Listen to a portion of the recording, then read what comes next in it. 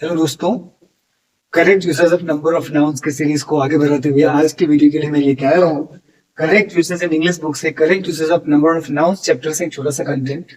बहुत interesting topic, बहुत informative topic. कई बार हम इसका use day to day communication में करते हैं, कई बार ध्यान रहता है, कई बार गलतियां हो जाती है, पता भी नहीं चलता। आज उसको क्लियर करेंगे। कुछ ऐसे वर्ड्स हैं जो प्लूरल सेंस को इंडिकेट करते हैं। जैसे मैं कहता हूँ पेयर, पेयर का मतलब टू का सेट को पेयर बोलते हैं, या डजन, 12 के सेट को डजन कहते हैं। 100 प्लूरल सेंस है, 1000 प्लूरल सेंस है, मिलियन, स्कोर, ग्रॉस, स्टोन, ये सारे प्लूरल सेंस है। स्टोन आजकल यूज नहीं होता, पुरानी भाषा में यूज होता था। जैसे कोई नॉवल पढ़ा हो, पुराने हिस्ट्री से कोई अगर मैटर है उसको पढ़ो तो आपको स्टोन मिल सकता है। ये सारे वर्ड्स प्लूरल इंडिकेटिंग है, लेकिन जब इनका यूज होता है तो कई बार प्लूरल इंडिकेटिंग है तो कई बार हम कंफ्यूज रहते हैं, हम उसी को प्लूरल बना देते हैं, या कब नहीं बनाना चाहिए, कब बन जाता है, इन सबको हम देखेंगे। जैसे उदाहरण के तौर पे यहाँ पर इनकरेक्ट सेगमेंट है, यहाँ पर करेक्ट सेगमेंट है। इनकरेक्ट सेगमेंट में है he has 2 dozens pencil. Call करेंगे,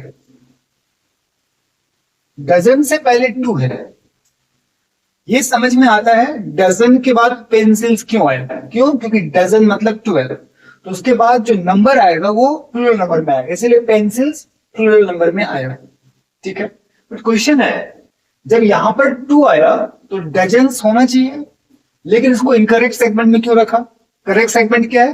ही हैज 2 डजन पेंसिल। गौर करेंगे, 2 लिखा हुआ है, पर 2 के बाद जो डजन आया ना वो सिमिलर नंबर में है, तब जाके करेक्ट है। जबकि लॉजिक ये कह रहा है 2 के बाद तो डजन्स होना चाहिए। क्यों इनकरेक्ट है ये 2 डजन्स? इसको समझेंगे। I spend 400 rupees. गौर करेंगे, 400 रुपीज, 100 के बाद रुपीज आया, ये तो समझ में आया। जैसे देखेंगे यहाँ पे 100 के बाद रुपीज आया, प्लूरल नंबर में आया, ये समझ में आता है। 100 मतलब 100, इसलिए उसके बाद जो नंबर आना है वो प्लूरल में ही आना है। लेकिन क्वेश्चन ये है कि 100 से पहले 4 वर्ड आया है, लेकिन जब इसको 100 से बना दिया, मैंने 100 को प्लूरल में बना दिया, जबकि उससे पहले 4 आया है, तो ये इनकरेक्ट है। और करेक्ट क्या है? 400। क्वेश्चन समझना है आखिर ये करेक्ट क्यों है, इस वीडियो में डिस्कस करेंगे। It is 6 stones in weight. अब गौर करेंगे, 6 स्टोन्स, स्टोन से पहले 6 आया है तो स्टोन्स होना चाहिए। करेक्ट में क्या है? It is 6 stone in weight. क्यों 6 स्टोन है, इसको समझेंगे। Can you deliver me 3 scores of egg? Scores, और करेक्ट में क्या है? 3 स्कोर ऑफ एग।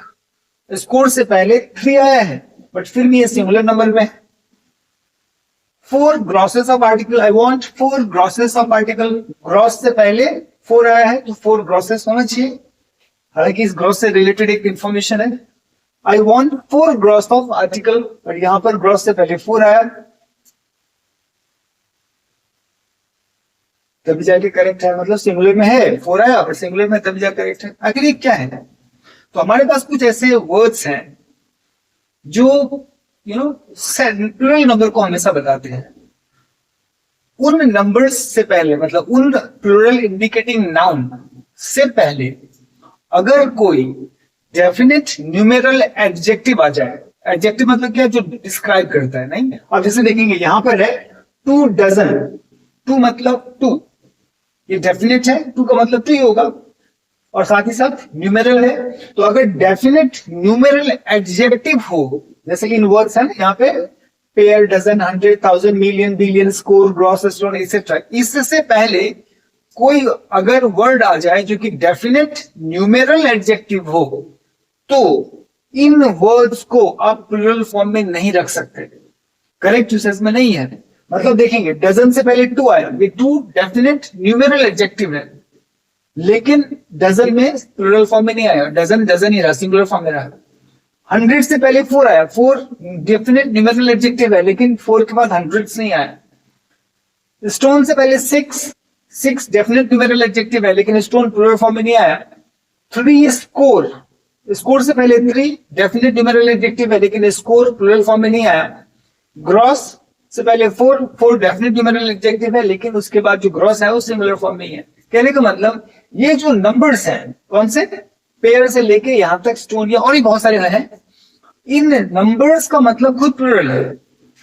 इसीलिए इसके बाद जब नाउन आता है तो वो प्लूरल में होता है। लेकिन इन वर्ड से पहले अगर कोई डेफिनेट न्यूमेरल एडजेक्टिव आ जाए वो भी प्लूरल, और करेंगे डेफिनेट न्यूमेरल एडजेक्टिव आ जाए प्लूरल, तो इनका प्लूरल नहीं होता। कहने का मतलब डजन से पहले 2 आया, प्लूरल है, डजन्स नहीं आया।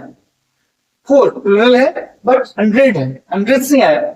6 प्लूरल है, 6 स्टोन्स नहीं हुआ, 6 स्टोन हुआ।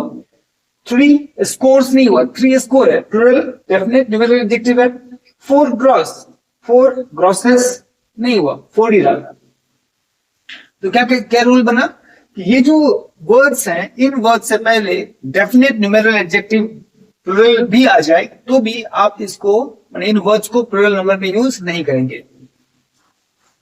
लेकिन अगर डेफिनेट न्यूमेरल एडजेक्टिव ना हो तो इनसे पहले, मतलब इन वर्ड से पहले अगर डेफिनेट प्लूरल न्यूमेरल एडजेक्टिव आ गया तब तो आप इनको प्लूरल में नहीं बनाएंगे, तो समझ में आया। लेकिन अगर प्लूरल डेफिनेट न्यूमेरल एडजेक्टिव ना हो तो, अगर नहीं है तब आप इसको प्लूरल में बना सकते हैं। लेकिन जैसे देखिए यहां पे hundreds of men, hundreds of men, यहां पे 100 की जगह पे हंड्रेड्स आया। डजन्स प्लूरल में, dozens of pens were bought. Scores of men attended that meeting. Scores of men. Several pairs of shoes. गौर करेंगे, pairs भी प्लूरल फॉर्म में है। कहने का मतलब इन वर्ड से पहले प्लूरल डेफिनेट न्यूमेरल एडजेक्टिव नहीं आया तो भी इसको प्लूरल में रखा गया।